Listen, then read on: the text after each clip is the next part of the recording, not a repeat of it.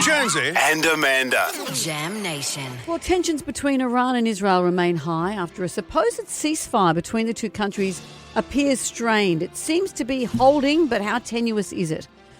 We thought we'd find out what's going on because obviously we've heard this morning Donald Trump is sick of he's telling both sides that they don't know what the F they're doing. For more, we thought we'd chat. He's not the only one, though. I think we're all sick of him. But there's a lot riding on this for Donald Trump. This ceasefire means a lot to him and his public standing.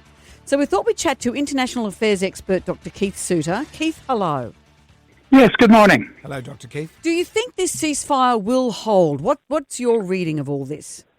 It's going to be touch and go because the ceasefire was brought in so quickly with so little preparation. So there's always a risk that it'll break down.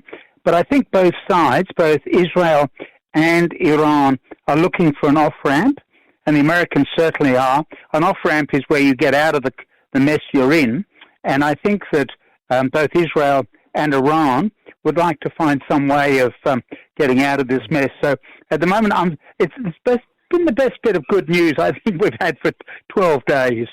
And is it about saving face? Oh, absolutely, because both have got domestic audiences.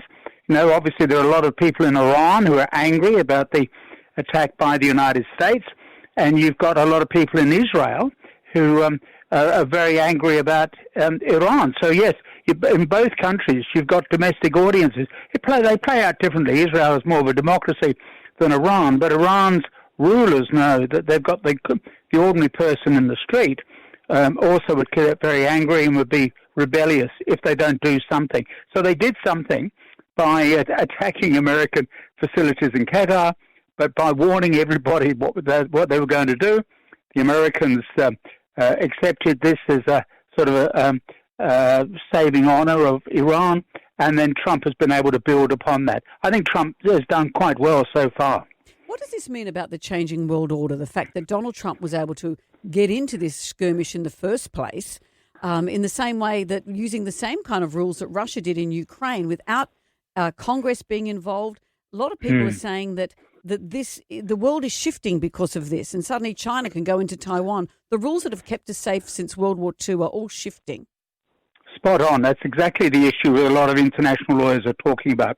So it's a general feeling that both Israel and the United States have violated international law. And as you say, at the end of World War II, there was an agreement that countries would not invade others, and that's now being violated by a number of other countries. And so does that worry you in terms of what you think we'll see? Oh, yes, because it sets up a pattern. Others will now be able to quote the examples of Russia and Israel to justify their own invasions. And you've already mentioned the example of China invading Taiwan. So where does this leave us? Do you think that this will be will Donald Trump is he triumphant and everything goes back to normal, or the Middle East will always be a boiling pot and that's it? Oh, the Middle East is going to be a boiling point for quite a while because Israel has got nuclear weapons. It's not covered by the standard treaty in the way that Iran had agreed to be covered. And you're always going to get countries either in the Arab world or Iran who will want to challenge Israel's monopoly over nuclear weapons. So back in 1981, it was necessary for Israel to bomb the nuclear reactor in Iraq. 20 years later, they did something similar in Syria, and now we've seen it in the case of Iran. This is going to continue until there is a long-term peace settlement in the Middle East, and I think that's very difficult to envisage. And meanwhile, Vladimir Zelensky is saying, hey, what about us over here? Yeah. What about us? Well, that war still continues. Russia is certainly not winning it.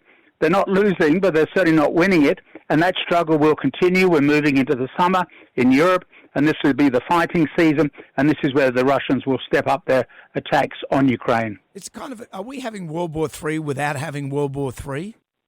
No, it's not World War III. I've got to keep reassuring people of that, because let's look at the case of Iran, for example. Russia and China are not coming in on the side of Iran.